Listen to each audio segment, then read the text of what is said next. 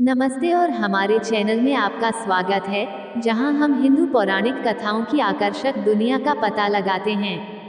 आज के वीडियो में हम रामायण की महाकाव्य कहानी की एक दिलचस्प घटना के बारे में बात करेंगे, जहां भगवान विष्णु के 7वें अवतार भगवान राम एक धनुर्धर के सामने झुकते हैं।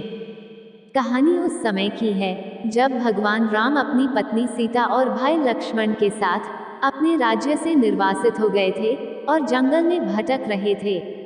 वे रास्ते में विभिन्न संतों और आध्यात्मिक नेताओं से मिले, जिन्होंने उन्हें बुद्धि और ज्ञान प्रदान किया। ऐसे ही एक ऋषि थे अगस्त्य, जिन्हें शास्त्रों का गहरा ज्ञान था और इस क्षेत्र में उनका बहुत सम्मान था। उनकी मुलाकात के दौरान अगस्त्य ने एक अन्य ऋषि भगवान परशुराम के बारे में उल्लेख किया, जो अब तक के सबसे महान धनुर्धर के रूप में जाने जाते थे। भगवान राम, जो स्वयं एक कुशल धनुर्धर थे, को आश्चर्य हुआ और उन्होंने अगस्त्य से भगवान परशुराम के ठिकाने के बारे में पूछा। अगस्त्य ने भगवान राम को बताया कि भगवान परशुराम ध्यान करने के लिए जंगलों में चले गए थे और उन्होंने मौन व्रत लिया था। उन्होंने भगवान राम को ये भी चेतावनी दी कि भगवान परशुराम का स्वभाव खराब है और वे उनकी उपस्थिति को पसंद नहीं करेंगे।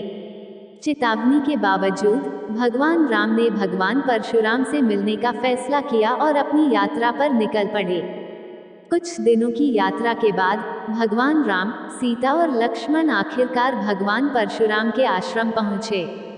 जैसे ही उन्होंने आश्रम में प्रवेश किया, उन्होंने देखा कि भगवान परशुराम उनके आश्रम में ध्यान कर रहे हैं।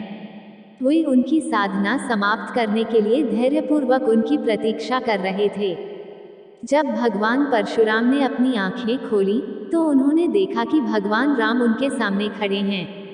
वो एक युवा राजकुमार को अपने सामने धनुष लिए हुए देखकर आश्चर्यचकित रह गए और उन्होंने भगवान राम से इसके बारे में पूछा। भगवान राम ने बताया कि कैसे उन्होंने स्वयं भगवान शिव से धनुष प्राप्त किया था, जिससे भगवान परशुराम बहुत उत्सुक हुए। उन्होंने भगवान राम को धनुष की प्रत्यंचा चढ़ाने और तीर चलाने की चुनौती दी, जिसके लिए अपार शक्ति और कौशल की आवश्यकता थी। भगवान राम ने चुनौती स्वीकार की और धनुष की प्रत्यंचा को चढ़ा दिया। फिर उन्होंने पास के एक पेड़ पर निशाना साधा और एक तीर चलाया, जो न केवल पेड़ को भेदता था, बल्कि दृष्टि से ओझल होने से पहले कई अन्य पेड़ों को भी पार कर जाता था। भगवान परशुराम भगवान राम के धनुर्विद्या कौशल से चकित थे और उन्होंने महसूस किया कि वे एक महान योद्धा की उपस्थिति में थे। फिर उन्होंने अपनी शुरुआती स्वभाव के लिए माफी मांगी और भगवान राम को अत्यंत सम्मान दिया। दूसरी ओर भगवान राम भगवान परशुराम के इशारे से दीन हो गए और सम्मान के निशान के रूप में उन्हें प्रणाम किया। उन्होंने भगवान परशुराम को उनके मार्गदर्शन और आशीर्वाद के लिए धन्यवाद दिया, जो उनके भविष्य के प्रयासों में मदद करेगा।